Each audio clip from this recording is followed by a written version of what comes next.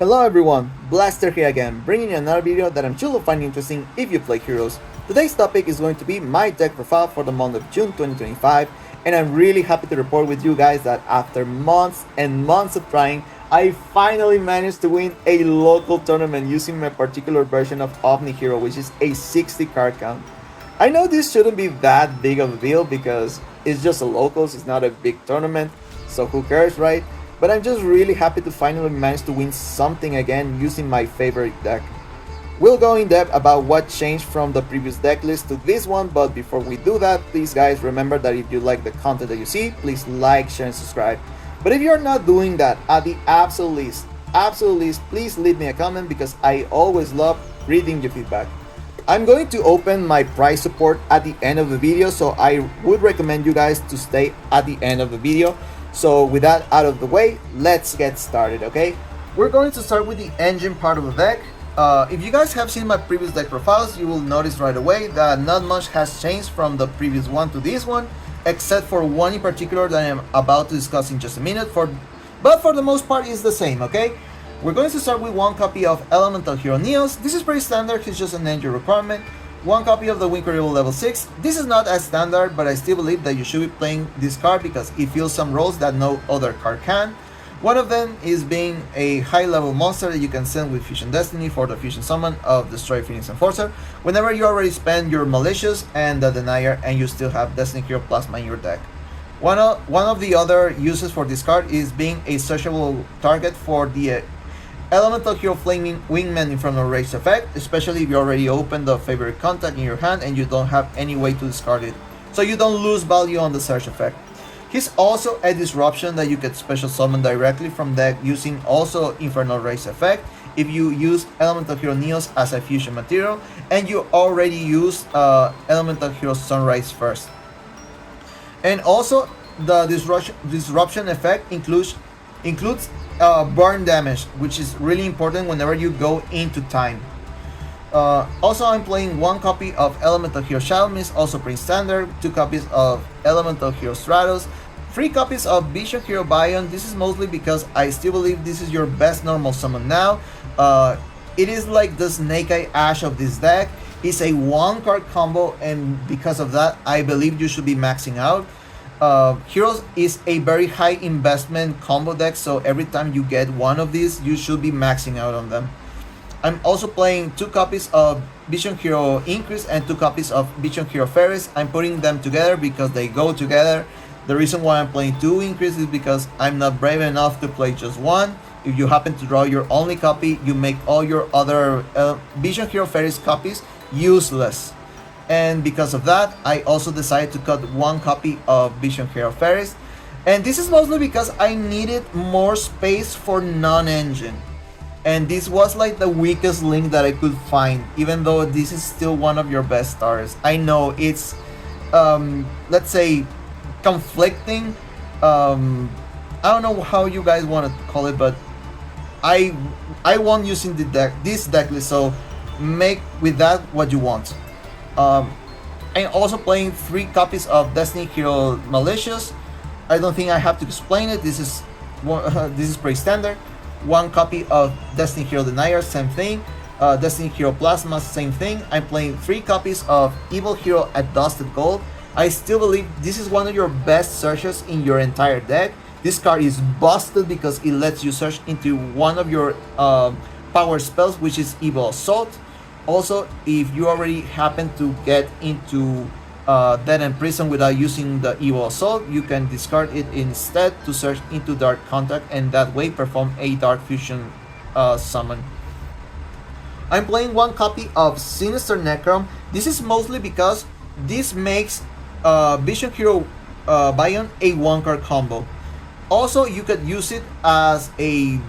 You can send it with like Evil Assault or with Vision Hero Bion's effect or whatever part of the combo you are. You can send it to the graveyard so you can special summon Dead and Prison, and that way you could also use a Dusted Gold's effect to search into the Dark Contact. I'm also playing two copies of Dead and Prison. This is mostly because I don't like losing value if I open my only copy and I also have Evil Assault in my hand. This way, if I open one, I can still do the combo, and let's say if I get Ash, I still have this as a normal summon in my hand. Or you could use it also as an extender if you manage to summon a Dark Fusion monster. You can special summon also from hand. And that is the monster lineup. From the spells I'm maxing out on every single power spell this deck has. That means I'm playing triple Evil Assault, I'm playing triple Hero Lips, and triple Fusion Destiny. For any hero player, this should be self-explanatory. I'm also playing double Polymerization. This is also not as standard, but I love playing two polymerizations. You guys know that I have a combo tutorial showing you why you should be playing two, and if you haven't seen that, I'm going to link that video in the description below. I'm playing one copy of Mask Change. This is mostly because let's say this is like an engine requirement to get into Masked Hero Darklow. I know some people are playing multiples because that way you could dodge hand traps. I don't think that is particularly bad if you want to play multiple copies of it, but I'm trying to make the engine part of the deck be as compact as possible, even though it may not look that way for you. I'm also playing one copy of Foolish Burial. This is because this makes a Evil Hero Sinister Necrom a one-card combo, very akin to the same end board that you could achieve by discarding Evil Assault and one card that doesn't continue the combo. One copy of Miracle Fusion. This is just an entry requirement. Dark Fusion, same thing, is used to get into your Dark Fusion fusions. One copy of Favorite Contact, also entry requirement. And Dark Supremacy. This is the target negate anything that you get with Evil Hero Inferno Wind Backfire effect, and it's also a card that lets you recycle targets from your graveyard by banishing and having any kind of grind game if the game gets you into that point. So yeah, this is the engine part of the deck. Let's get into the non-engine part. So yeah, I would say this is the part that suffered the most amount of changes from the previous decklist to this one, because I decided to cut one copy of Droll Lockbird, one copy of Nibiru the Primal Being, and one copy of Vision Hero Fairies, so I could fit 3 copies of Mole Charming Perulia. I finally got my playset, and let me tell you guys, I'm not going to sugarcoat it. I really believe that these were the MVPs of the tournament. This is the reason why I won that tournament, because it just made a really good pair with all the other hand traps that I played, and also a really good pair with Forbidden Droplet. I feel like this match is made in heaven. You should be maxing out on these cards, and also, I'm sorry to tell you how it is, but if you're not playing all these free copies of the Mole Charmies, you are not going to perform with heroes, honestly. I know it's sad to think about, but if you plan on playing heroes, you should be maxing out on these cards. And yeah, the reason why I decided, for example, to cut Nibiru and Droll to 2 is because the logic behind it is you want to draw these instead, and then later on in the combo you will draw into them. So also, drawing multiple copies of these particular hand traps is not that good, so that is also another reason.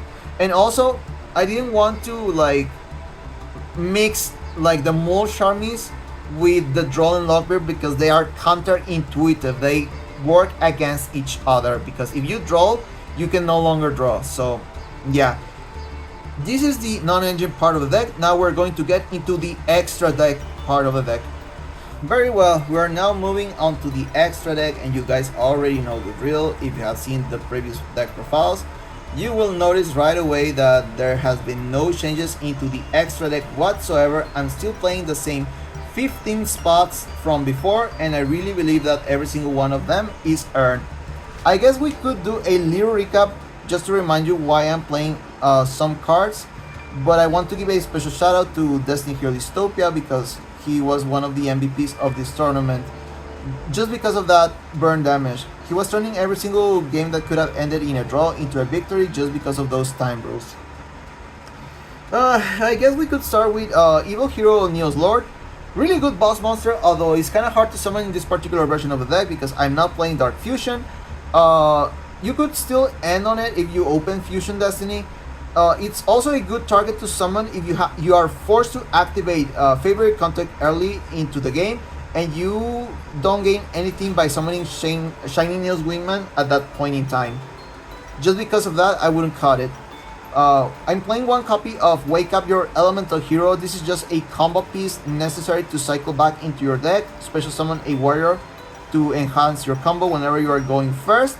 But this is also a game ender if you for turn 2 and 3 if you still have your Miracle Fusion and you have several fusion monsters in your graveyard alongside several warriors, just to go for the kill.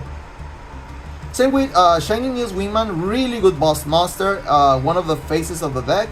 Really good disruption on summon, non-target destruction up to the number of attributes on the field.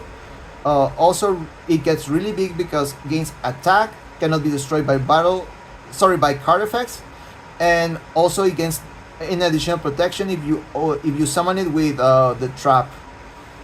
Also deals damage. Like, this card does everything. Honestly, really good boss monster. Evil Hero Malicious Bane, one of my favorite fusions to summon. He's really easy to summon really early into the combo. This will force a reaction out of your opponent, and if they don't do anything, they essentially lose every single monster they have. It's just a Raigeki. And he also gains attack by doing so. I really love this card. One copy of Elemental Hero Sunrise, one of your most generic fusion monsters, is also a combo enabler because he searches into Miracle Fusion. But it's also a good piece of the OTK strategy because it grants attack to all your heroes for every single different attribute on the field. And it also has one additional pop if another hero is battling another monster. Also, I'm playing one copy of Masked Hero Darklo, one of the faces of the deck. He's a Macrocosmos on legs. He also has a disruption effect that whenever your opponent adds a card outside of the draw phase, you get to banish one of them randomly. Also, already talked about Dystopia. Destiny Hero Destroyer, Phoenix Enforcer, one of your best fusions in the deck, period. This guy does everything, honestly. I love this card too. And also Elemental Hero Flame Wingman Infernal Rage, also a combo piece, but it's one of your best fusions also because it's the one that allows you to set up the most amount of disruption for the amount of resources that you're investing into this card. And last is Inferno Wing Backfire. Not gonna lie, one of the most underwhelming fusions. You're only using this card as a bridge to get into the Dark Supremacy trap.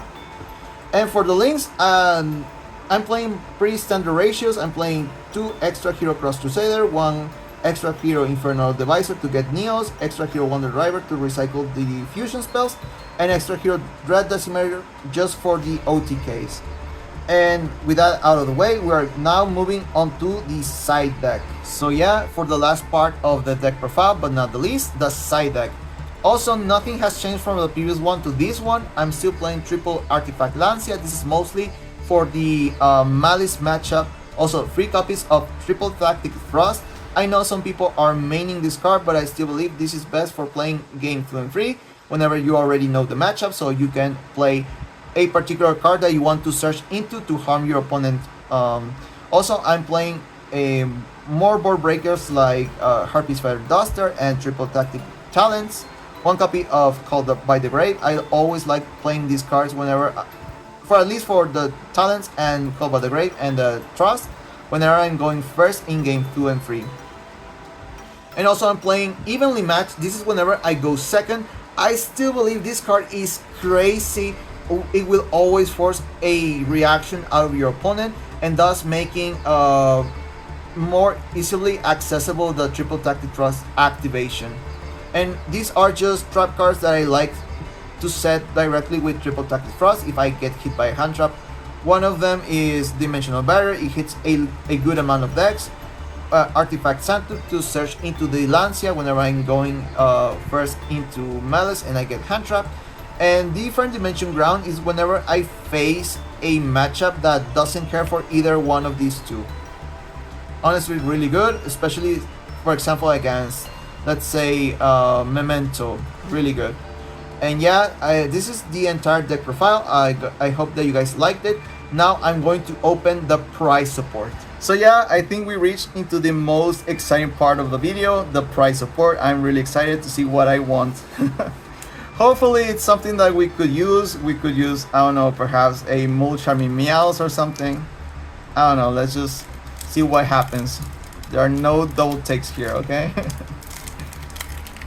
Okay, let's see what we want. Nothing good, sadly. And let's see for Alliance Insights.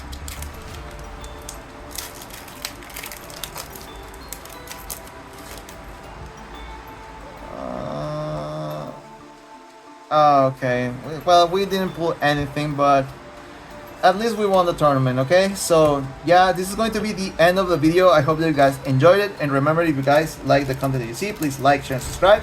But if you're not doing that, at the absolute least, please leave me a comment, because I always love reading your feedback. And this is Blaster signing out.